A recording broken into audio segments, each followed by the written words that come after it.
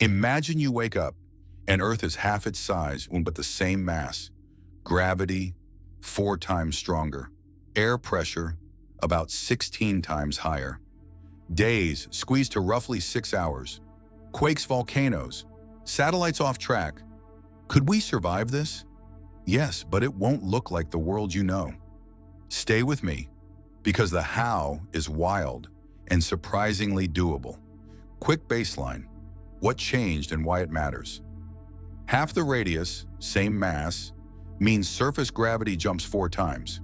If you weigh 150, you now weigh 600. Same atmosphere, quarter the surface area, plus stronger gravity, gives roughly 16 times surface pressure. The planet spins faster to conserve angular momentum. 24 hours becomes around 6. Crust under stress. Expect megaquakes and fresh volcanoes as Earth resettles. Escape velocity climbs about 41%. Space gets harder. Bottom line, step outside unprotected, and you're in trouble within minutes. So, here's the survival blueprint. How we live, work, grow food, and still reach space. Step 1. Pressure-sealed cities. We move indoors, permanently. Spherical domes, cylindrical tunnels, the shapes that love pressure.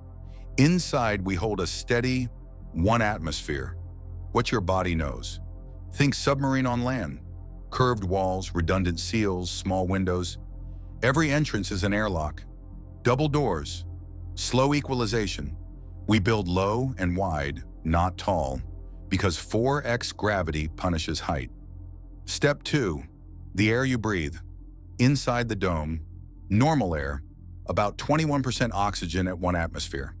Outside, around 16 atmospheres. Breathing normal air becomes dangerous.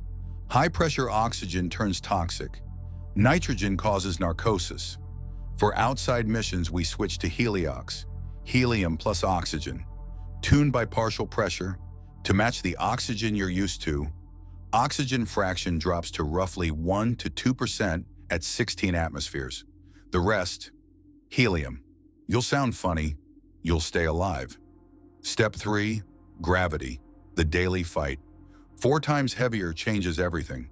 Standing, walking, even breathing. We borrow strength from machines. Powered exoskeletons offload 60 to 80% of body weight. Work seated or reclining. Tilted beds. Take strain off your heart. Compression suits help push blood up from your legs.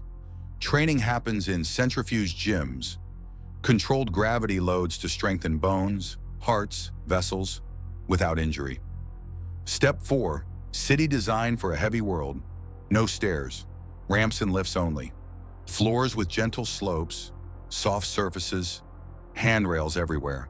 Ceilings carry overhead trolleys. Clip in, and the system quietly carries part of your weight as you move. Freight rides on maglev sleds in underground tunnels.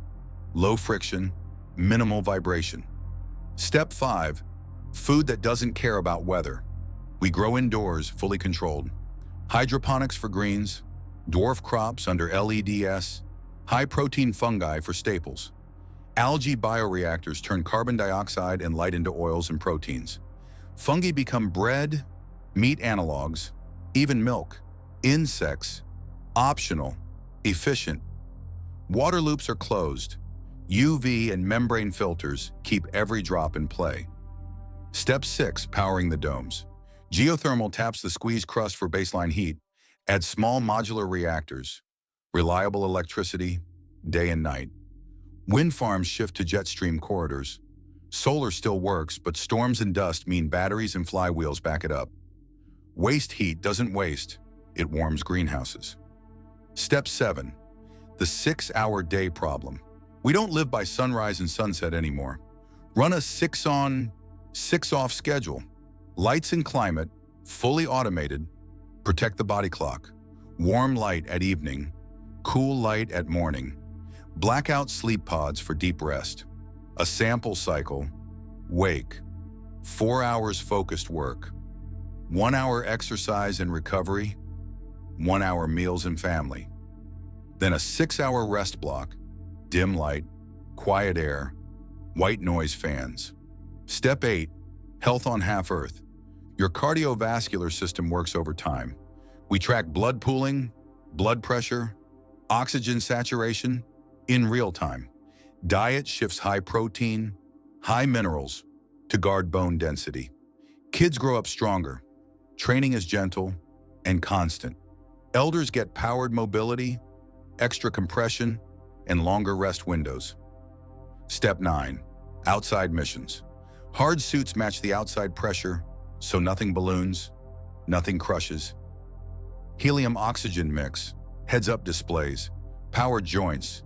Decompression is slow, in and out, like deep-sea diving. Most outdoor work is robotic. Humans supervise from inside, or from pressurized rovers.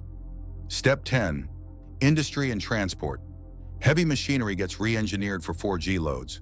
Roads are smoother, vehicles sit low, wide tires, strong suspensions. Airplanes? Not practical. High gravity and dense air make flight expensive.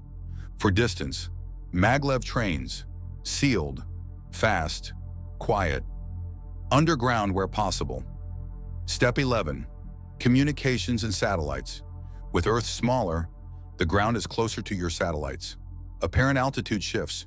We retune or replace constellations and lean harder on fiber optic ground networks. Navigation gets a full reboot, solvable, with time and math. Step 12. Safety playbook. Every dome runs triple redundant pressure sensors, automatic bulkhead doors, emergency mast within arm's reach, buddy system outside, quake drills inside, helium voices, serious procedures. What about animals? Oceans? Weather? Animals.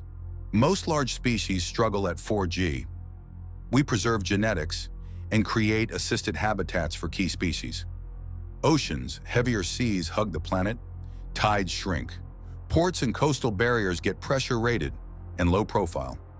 Weather, dense air with fast days means intense, but shallower, storms.